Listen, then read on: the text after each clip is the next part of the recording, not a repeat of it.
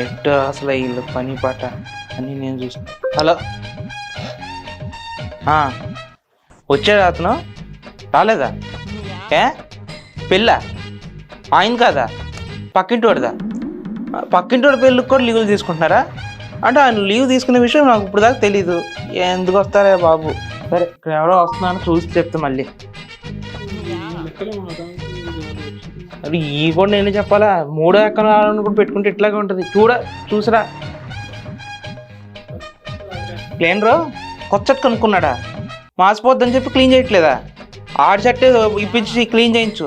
అమ్మా అన్ని ఇట్లా అయితే అట్లా చెప్పు. చూసారు కదా వాళ్ళు ఎలా స్ట్రగుల్ అవుతున్నారో, మ్యాన్ పవర్ లేక, ఎలా రిక్రూట్ చేసుకోవాలో తెలియక. సో మీరు ఇలాంటి ప్రాబ్లం ఫేస్ చేయకూడదు. పీపుల్ని ఎలా రిక్రూట్ చేసుకోవాలి, స్టాఫ్ని ఎలా హైర్ చేసుకోవాలి, ఈ వీడియోని చివరి వరకు చూడడం ద్వారా మీ ప్రాబ్లంకి సొల్యూషన్ అయితే ఖచ్చితంగా దొరుకుతుంది. హాయ్, నేను మీ Satish Bethina, franchisor, entrepreneur, startup coach. Let's get into the video.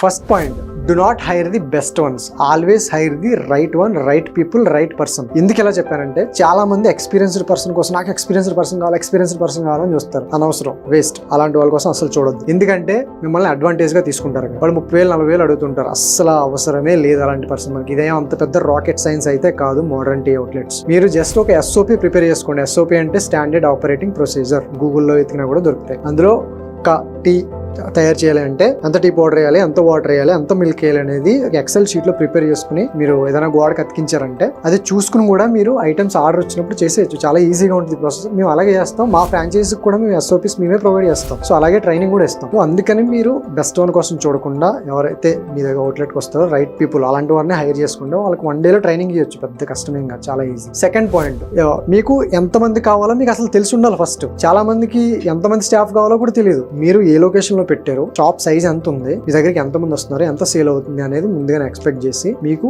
ఎంతమంది స్టాఫ్ కావాలనేది ముందే మీరు రెడీగా ఉండాలి. నాకు 4 కావాలి, 6 కావాలి, 7 కావాలి, ముందే ఫిక్స్ చేసుకుని ఉండాలి. సో దాని తగ్గట్టుగా మీరు హైర్ చేసుకోవడానికి వీలవుతుంది. థర్డ్ పాయింట్ వచ్చేసి, ఎలాంటి బెనిఫిట్స్ మీరు ఎంప్లాయీస్ కి ప్రొవైడ్ చేస్తారు. ఎవరైనా పెర్ఫార్మ్ చేస్తే వాళ్ళకి ఏమైనా అవార్డ్స్, రివార్డ్స్ ఏమైనా ఇస్తున్నారా, ఇన్సెంటివ్స్ ఏమైనా ఇస్తారా, ఫుడ్ ఏమైనా ప్రొవైడ్ చేస్తారా, రూమ్ ఏమైనా ప్రొవైడ్ చేస్తారా, అకామిడేషన్ ప్రొవైడ్ చేస్తారా అనేది ముందే ఫిక్స్ అయి ఉండాలి మీరు. సో బయట నుంచి అక్కడ వేరే ఊరు నుంచి వస్తే అకామిడేషన్ అది ప్రొవైడ్ చేయాల్సి ఉంటుంది. లోకల్లోనే చూడండి, మీ సర్కిల్లోనే లోకల్లోనే చూడడం ద్వారా మీకు ఫుడ్ ఖర్చు కానీ, లేదంటే రెంటల్ వాళ్ళకి రూమ్ ఇవ్వడం కానీ, ఇవన్నీ ఖర్చులు అనేవి తగ్గుతాయి. సో లోకల్ పీపుల్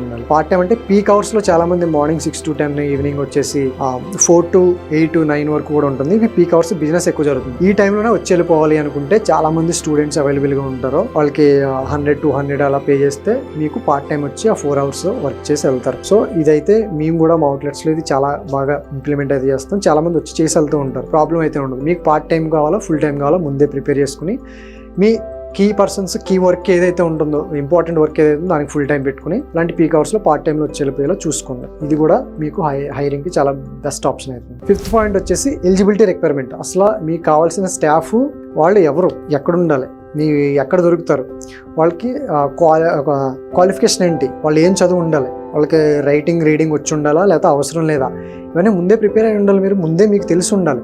మీరు అవుట్లెట్ ఎక్కడ పెడుతున్నారో, మీ దగ్గరకు వచ్చే కస్టమర్స్ ఎవరో, మీ మాస్ ఏరియాలో పెడుతున్నారా, క్లాస్ ఏరియాలో పెడుతున్నారా, పెద్ద పెద్ద రోడ్స్లో పెడుతున్నారా, హైవేలో పెడుతున్నారా అనేది మ్యాటర్ అవుతుంది. దాన్ని బట్టే మీకు తెలుస్తుంది ఎలిజిబిలిటీ క్రైటీరియా, ఎలాంటి క్వాలిఫికేషన్ ఉన్న పర్సన్ కావాలి అనేది. సో అది కూడా చూసుకోవడం చాలా important. Sixth point, job clarity and salary. Job clarity అంటే ఏం లేదు, ఒక పర్సన్ హైర్ చేసుకున్నారు అంటే వాళ్ళు మార్నింగ్ నుంచి ఈవినింగ్ వరకు ఏ వర్క్ చేయాలి అనేది చెక్ లిస్ట్లు ఉండాలి. జాబ్ క్లారిటీ ఉండాలి. వాళ్ళు ఏం పని చేయాలి, వాళ్ళ రోల్ ఏంటి, వాళ్ళ టార్గెట్స్ ఏంటి, ఆ టార్గెట్స్ ఎప్పుడు ఫినిష్ చేయాలనేది ఒక జాబ్ క్లారిటీ 99% పీపుల్కి ఉండదు. మా దగ్గర నుంచి ఎవరైతే ఫ్రాంచైజ్ తీసుకుంటారో, ఎవరైతే అవుట్లెట్ తీసుకుంటారో అలాంటి వాళ్ళకి మేము ఈ జాబ్ క్లారిటీస్ అనేది మేమే ప్రొవైడ్ చేస్తాము. స్టాఫ్ని కూడా మేమే ప్రొవైడ్ చేస్తాం కాబట్టి మీరు అలాంటి ప్రాబ్లం అయితే ఫేస్ చేయరు. సో అందుకని ఎవరికైనా ఫ్రాంచైజ్ కావాలి అంటే కింద ఉన్న నెంబర్కి కాంటాక్ట్ చేయండి. ఇంకా మీకు ఫుల్ డీటెయిల్స్ ఎక్స్ప్లెయిన్ చేస్తాం. అలాగే శాలరీ కూడా ఎంత ఇవ్వాలి, వాళ్ళు చేసే పని ఎంత ఉండాలి, సో ఎంత శాలరీ అనేది వర్త్ అనేది ఇవ్వాల్సి ఉంటుంది అనేది మీరే సెలెక్ట్ చేసుకుని ఉండాలి. First seventh point, mode of recruitment. ఇక్కడ రిక్రూట్మెంట్ అంటే చాలా మంది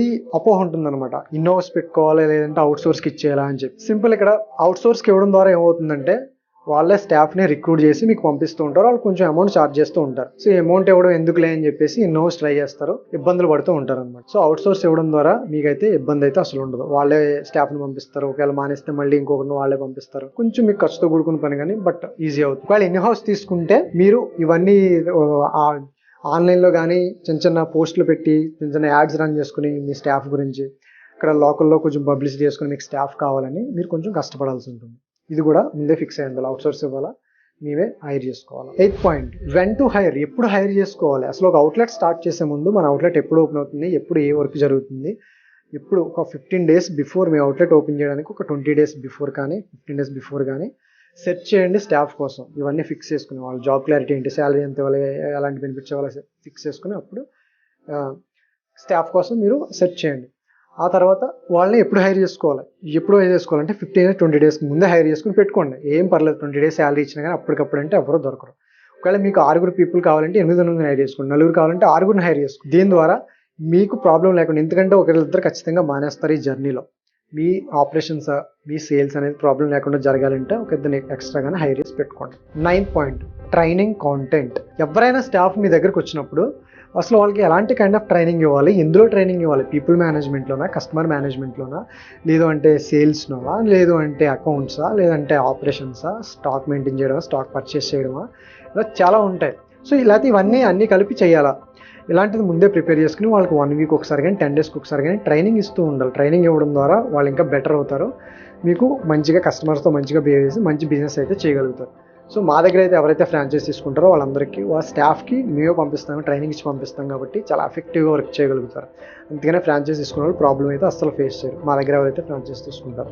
10th పాయింట్, షిఫ్ట్ టైమింగ్స్ కూడా చాలా ఇంపార్టెంట్. చాలామందికి ఈ విషయం తెలియదు. మార్నింగ్ పిలుస్తారు, ఎప్పుడో ఈవినింగ్ నైట్ పంపిస్తుంటారో, 2వ రోజు రాడు. ఆ విషయం మీకు ఎవరు కూడా చెప్పరు, ముందే తెలుసుకోవాలి. సో మార్నింగ్ 6కి వస్తే 2 ఏ షిఫ్ట్, 2కి వస్తే నైట్ 10 వరకు బి షిఫ్ట్, ఇలా ముందే ఫిక్స్ అయిపోవాలి.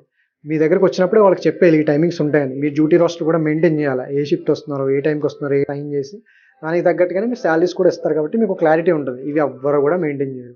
మెయింటైన్ చేయకుండా స్టాఫ్ ఉండాలంటే ఎలా ఉండరు. సో మా దగ్గర ఫ్రాంచైజ్ తీసుకున్న వాళ్ళకి కూడా ఇవన్నీ మేము ప్రొవైడ్ చేస్తాము. షిఫ్ట్ టైమింగ్స్ ఎట్లా ఏంటి అని మేమే క్లియర్ చేసి మొత్తం మేమే ప్లాన్ చేసి ఇస్తాం. సో అందుకని మా దగ్గర తీసుకున్న వాళ్ళు ఎవరు కూడా ఇబ్బంది పడరు. సో చూసారు కదా, సో రిక్రూట్మెంట్ స్టాఫ్ని ఎలా హైర్ చేసుకోవాలి అనే విషయాలు మీకు గనక